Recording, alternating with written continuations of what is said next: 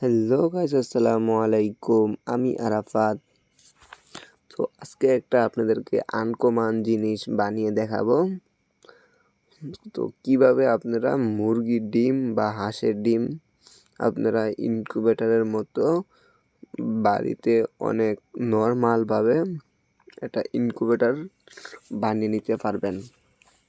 তো প্রথমত আমরা এখানে একটা রিং নিলাম, তারপর এখানে খ্যার দিয়ে ভালো করে কাপড় দিয়ে গুঁড়ে নিলাম। তো আরেকটা কাপড় দিয়ে আমরা গুঁড়ে নিতেছি ভালো করে, যে ডিমগুলা ফুটে বাচ্চাগুলা বের হবে তখন ওদের চোখে মুখে জানি কোনো ময়লা না লাগে। তো তার জন্য আমরা এভাবে এটাকে বাস করে দিলাম। তারপর আমরা ডিমগুলা এভাবে বসিয়ে দিব। ডিমগুলা এভাবে সুন্দর মতো বসিয়ে দিতে হবে। আর ডিমগুলা যেন চোক্কা যেই মাথাটা চোক্কা যেই মাথাটা, এই মাথাটা জানি উপরের দিক না থাকে, এভাবে এটা চ্যাপ্টা মাথাটা থাকতে হবে নিচের দিক, নিচে চোক্কা মাথা থাকতে হবে নিচের দিক, চ্যাপ্টা মাথা থাকতে হবে উপর দিক। বা ডিমটা পাথারিলা করে রাখলেও কোনো সমস্যা নাই, কিন্তু খাড়ই রাখলে সমস্যা। তো যাই হোক, এভাবে আপনারা রাখবেন। তো তারপর ডিমগুলা বিছানোর পরে আমরা থার্মোমিটারটা বিছাইয়ে দিলাম। তারপর আমরা যেই যন্ত্রগুলা নিব, এই যন্ত্রগুলা আমরা এখানে সুন্দর মতন লাগিয়ে নিব। তো তার আগে একটা কথা বলে নেই, আজকে মূলত এই ডিমগুলা আপনারা একটা জিনিস শুনলে অনেক অবাক হবেন। এই ডিমগুলা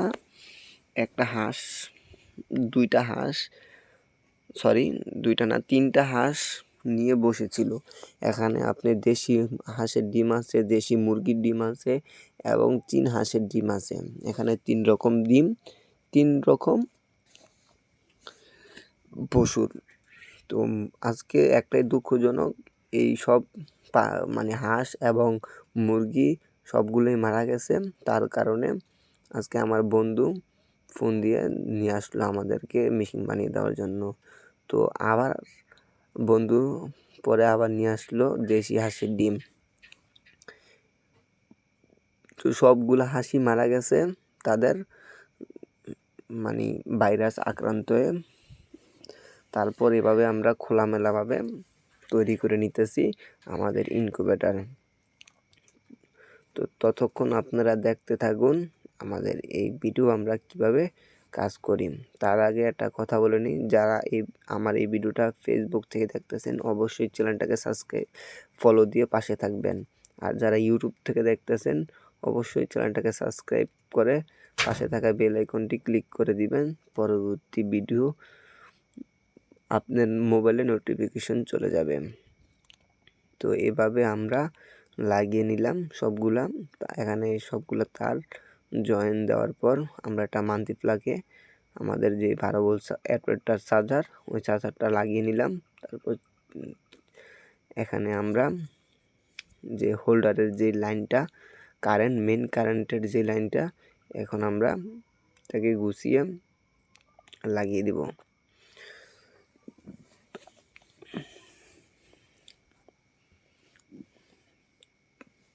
তো আপনারা যারা এরকম নর্মালভাবে ইনকিউবেটর তৈরি করবেন অবশ্যই অনেক সাবধানে করবেন, আর অনেক কম টাকা লাগবে আপনাদের। ইনশাল্লাহ অনেক ভালো রেজাল্ট পাবেন আপনারা। অনেকেই অনেক রকমের ইনকিউবেটর দিয়ে ডিম ফুটায়, কিন্তু আমার কখনোই আগে বিশ্বাস হতো না। কারণ আমি আগেও বলতাম যে এগুলো অনেক ফাও, এগুলা দিয়ে কি ডিম ফুটানো যায় এরকমভাবে। যখন আমি নিজেই ফলাফল পেয়েছি, তারপর আমার বন্ধুকে দিলাম। এই যে দেখতেছেন আপনারা, আমাদের মেশিন কমপ্লিট হয়ে গেছে। তো তারপর আমরা এভাবে এটাকে নাড়াচাড়া করে সঠিক জায়গায় বসিয়ে দিব। এটাকে সুন্দর মতন যেভাবে বসাইলে ভালো হবে ওইভাবে বসিয়ে এটাকে ট্যাপ মারে দিবেন। ট্যাপ মারার পর যেন নাড়াচাড়া না করতে পারে। তো সজল বলল যে এভাবে দে।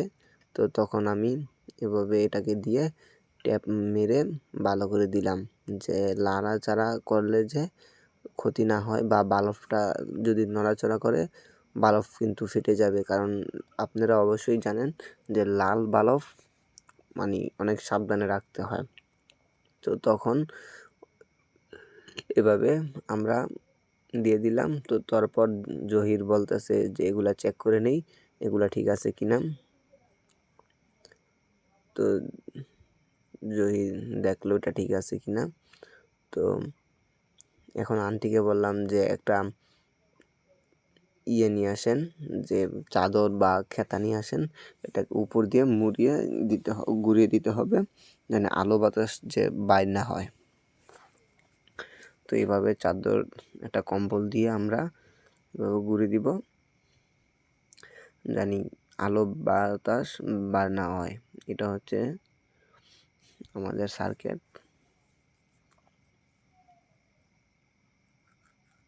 তো উনি হয়তো লজ্জা পাইছে, তার কারণে মুখটা ঘুরে রাখছিল। আচ্ছা যাই হোক, এটা হচ্ছে আমি, আর এটা হচ্ছে আমাদের সজল বন্ধু। এখান দিয়ে একটু ফাঁকা দেখা যাইতেছে। তারপর আমরা আরেকটা খেতা দিয়ে সুন্দর মতন ঘুরে দিব, মানে ফাঁকা যেন না থাকে, আলো বা বাতাস যেন বাইর না হতে পারে, এরকম পর্যায়ে রাখতে হবে। সুন্দর করে মুড়িয়ে দিতে হবে। তো এইভাবে সুন্দর মতন আপনারা মুড়িয়ে দিবেন।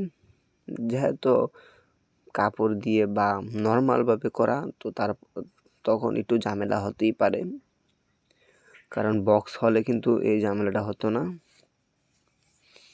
আমাদের মেশিন কমপ্লিট হয়ে গেল।